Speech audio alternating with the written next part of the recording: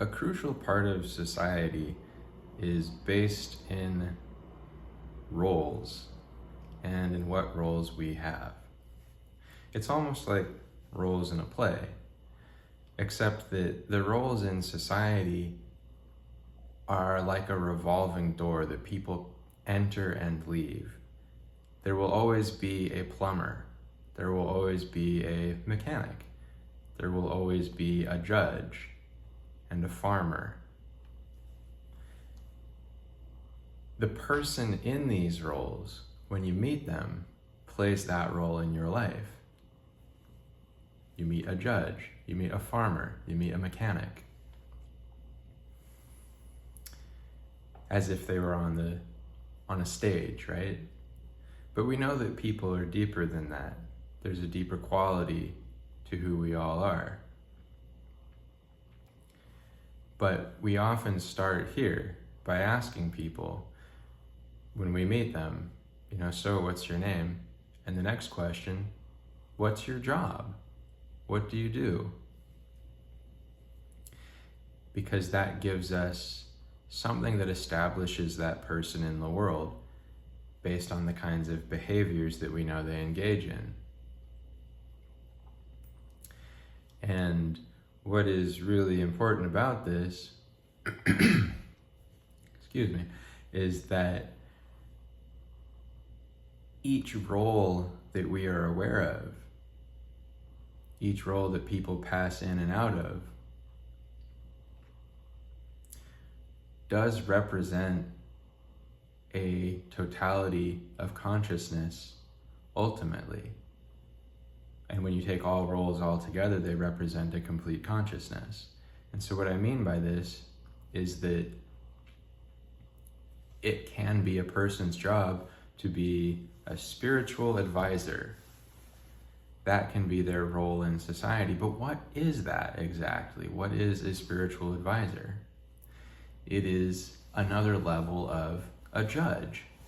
Because what does a judge do? A judge looks at behavior and gauges it as either fair or unfair. And then they take their judgment of behavior and they pass it down to the rest of society through laws, which are then enforced, of course. And a spiritual advisor does something similar, which is that they will look at the behaviors of people in society and they will say, this is what I believe is right, and this is what I believe is wrong.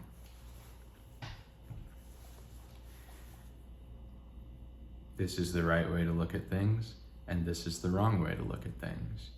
And so what I'm getting at by explaining this is that there are no roles. Not really. Roles aren't a real thing. We can apply roles to people in our minds. We can apply them to ourselves. We can say, my role is that I farm for lettuce, or my role is that I make sandwiches at a restaurant, or my role is that I'm a billionaire and I sit around and am rich all day because I inherited all my money, so I don't have to have a role, which people do have an inherent response to, where they go, well, that's not fair. And the reason for that is that everybody knows that society is made of work. It's made of people's time. It's made of them turning the gears and the wheels of society to keep all of the things in society. If you want cars, somebody has to put the cars together. Somebody has to mine the materials for the cars. But what money is a signifier of is that somebody at some point in time made things so much easier for everybody else that they advanced society to such a degree that they are worthy of not having to do anything, and so are their ancestors. That's the ideal form of that, because of course, that's not always how things go. But in modern society, there is a connection between how much you've offered to society and how much money you have. And that's, capitalism, in the sense of that you can't really be successful at a business unless you've offered people something that improves their lives, because there's so much competition that people have somebody to turn to. They're not being forced to accept your goods and services most of the time. Now, people want it to be that way. They want you to be forced to accept their goods and services if they're left without regulation, which is why we need government. And so what we're discovering here is that the roles in society are resource gathering, gathering food, gathering minerals, having the intelligence to draw resources from the natural systems. They are judgment, which is, of course, the judgment of behavior and what is appropriate or inappropriate, coming from the point of view of how much can we allow people to just express themselves before that starts to interfere with everybody else. And so this is why King Solomon is an example who's often brought up as an example of wisdom. He was a king, but the thing that he's known for is for his judgment, for being a judge, for having wisdom. And we use judgment all the time. Anytime that we interact with some collision of behaviors, modes of thought, modalities of approaching life and being, we use judgment to decide which ones work, which ones are right, which ones fit together and are appropriate for humanity on the whole.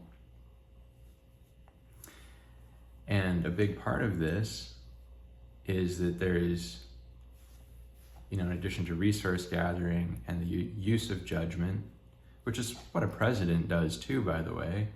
The president judges situations of there being some resource or lack thereof, and so questions how to distribute the resources, and in doing so uses some form of judgment to go, these are the people who deserve the resources because ideally they will benefit society the most. And that person can, of course, have very bad judgment. That's very possible as well.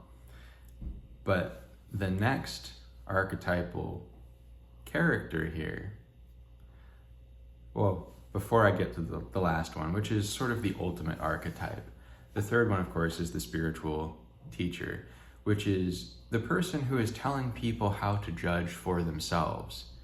The teacher, the wise man, the sage, that their job is to bring to people the understanding of what appropriate judgment is and how to use it. And part of that judgment is always going to be how to be yourself, because it's going to defer to you. It's going to say, be yourself. And the expectation and assumption is that you're going to do that in a way that is essentially not violatory. And now everybody has their own definition of what violation is, but then there comes a threshold where everybody pretty much agrees what violation is. It's just kindergarten morality, like you don't go up to somebody and hit them.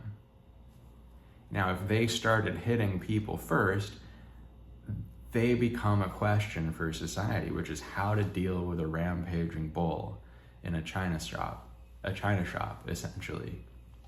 And that's where a lot of the confusion of humanity has come from, is that somebody stepping out of line makes it difficult for everybody else to know how to respond. And if somebody steps out of line and then people respond with too much force, and then it creates even more anger over here, that they respond with force, and then they respond with more force on this side. It creates these patterns of blood feuds and just bad blood, basically. And then people get so lost in it that they lose their sense of virtue. And they lose the knowledge of peace being the default, peace being sense. And they start to be able to justify things that are not peaceful. But if we go back to before there is this person, what creates a person like that is somebody who will just go up and attack somebody. Somebody who will just go up and steal from somebody. Somebody who will invade another person's personal physical space, including their space of, their home. Because space is a sacred thing.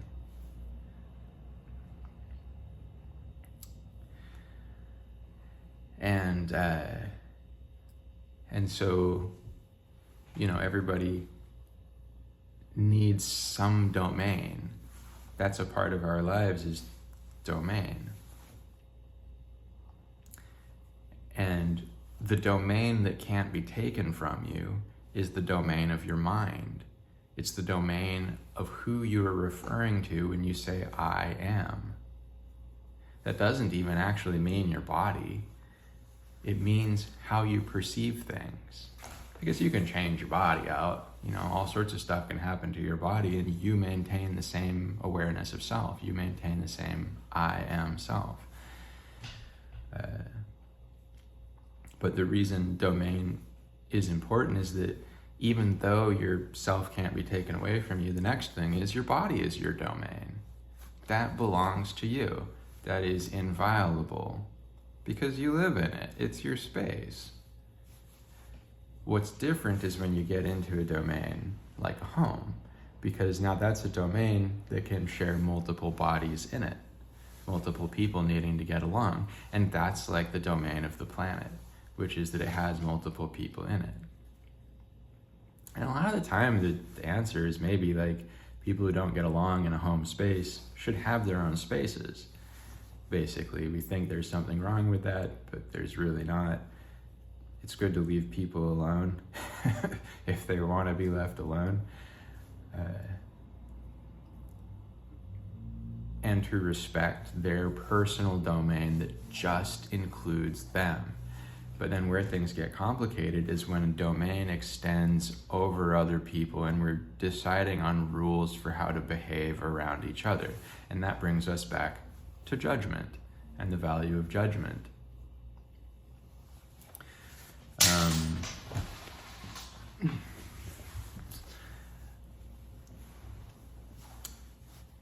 But fundamentally,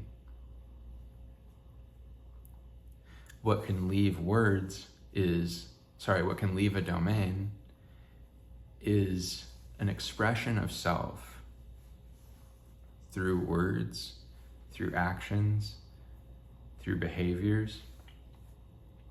And so when you are expressing self outside of the domain of yourself, that's when your effect now reaches other people. That's when you need to be conscientious about that effect.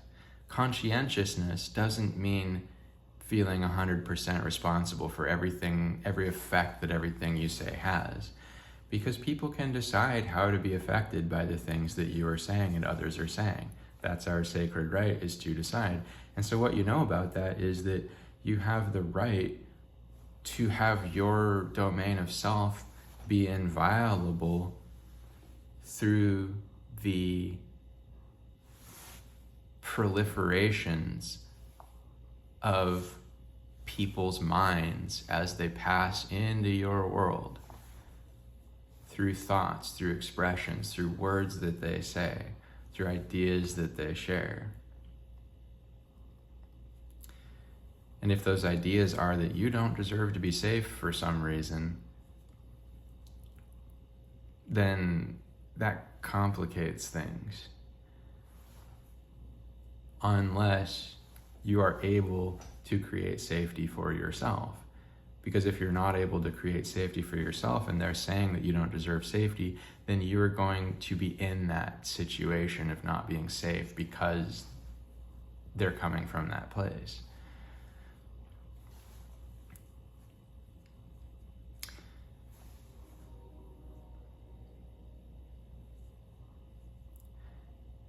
But if you can create a sense of safety for yourself, you can create a domain for yourself, then the stuff people say is just words. It's just ideas that they have.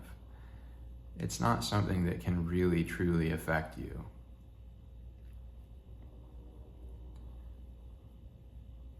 Because it's just words, it's just ideas.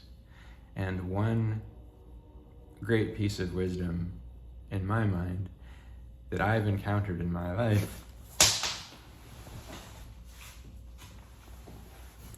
is that one of the things that hurts people's feelings the most is the feelings of people who dislike them or look down on them or have an aversion to them. But people like that, on a fundamental level, if they're coming from that place of looking down on people, like for the way they dress, for the way they talk, for if they are transsexual, or if they're, gay, or for being of a certain race, or a certain gender, for being white, for being black, whatever it is, whatever reason people find to look down on each other, if they're looking down on you for those things, they're the last people in the world whose opinions really matter. Because they're not interested in your well-being, they're not interested in your sense of worth. And so this is what brings us to the last archetype that I want to talk about.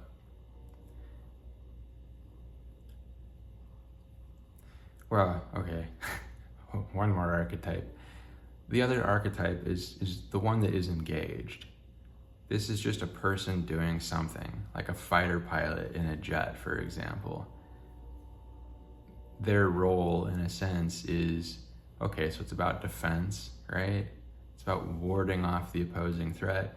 But their role, in a very real sense, is to be engaged in the moment completely, to be so involved in it that there's not a separation between them and what's happening.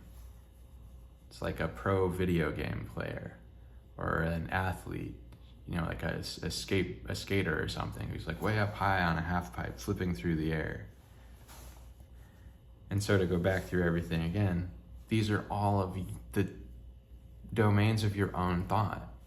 You use judgment, you use your engagement with the moment, you use your ability to gather resources, and then there's also the distribution of those resources, which is another factor of judgment. And then, from all of that, there's always the question of, well, we're engaging in all of these cycles, all of these repeating patterns. What's it all about? What's it all about? What's the point of all this? And that's the spiritual teacher within you that is bringing you wisdom, is the one that comes to you and asks those questions.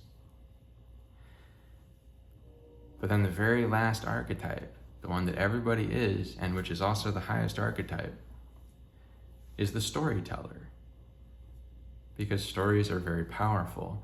And the way that stories come to us is that the world exists as it is. And it communicates to us through light, and it communicates to us through feeling, it communicates to us through heat, it communicates to us through energy and momentum, and it communicates to us through people speaking. And it communicates to us through taste, right?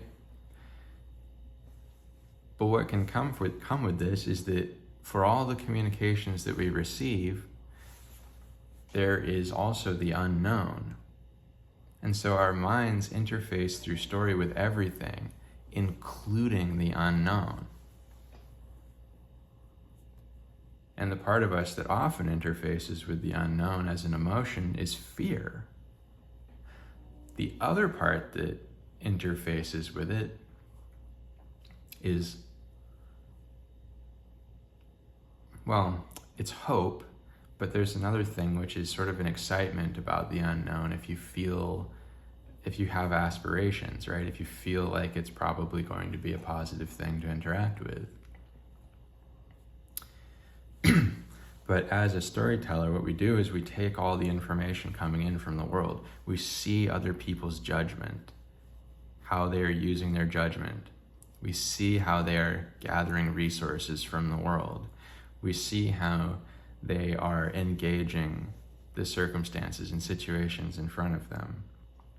We see how they're using wisdom or not using it to organize all of that information and reflect on it to other people. And we see how they're all treating each other, doing all of this together. And then when that information reaches us, we often have to ask, what is everybody's intent? Because we may not know why they're doing what they're doing. We can only see it on the surface. And by only seeing the surface, it can be hard to tell what is real and what is true. It's hard to tell in our relationships. You can ask somebody, why did you do this thing? And they might lie to you.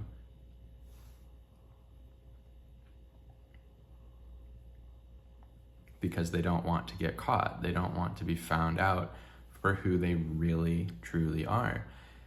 And so they are playing the role of the storyteller who uses story to manipulate, to deceive, to undermine the integrity of relationship and of connection and of communication.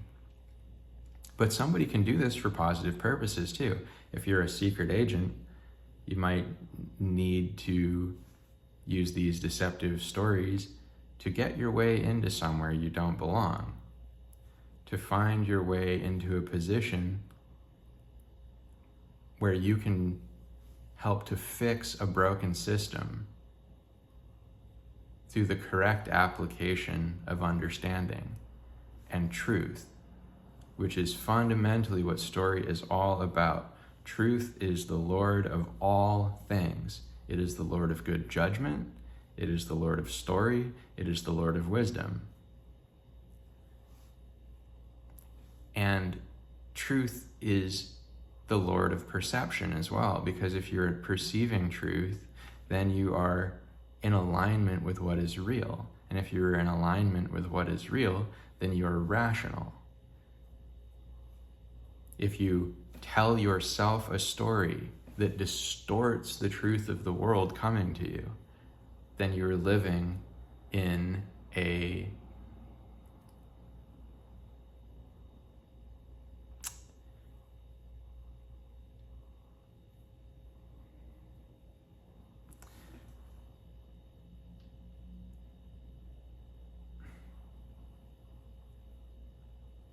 you're living in a fantasy. You're living in a dissociation. You're living in an illusion. Even if it's just a small illusion, even if it's just a little bit, you're still separating yourself from what is real. And to do that, this is why I say storyteller is the highest role in society, because it's so powerful. Storytelling is so powerful that we can manipulate ourselves into these states of being that are ludicrous, that are extremely out of touch with reality.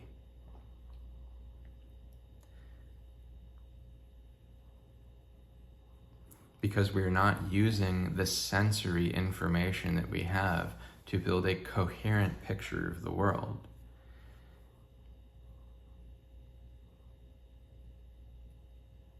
And so that is really one of the main drives of a person, or it should be, is to wish to build a coherent picture of the world, is to wish to create a story about their own life that just makes sense.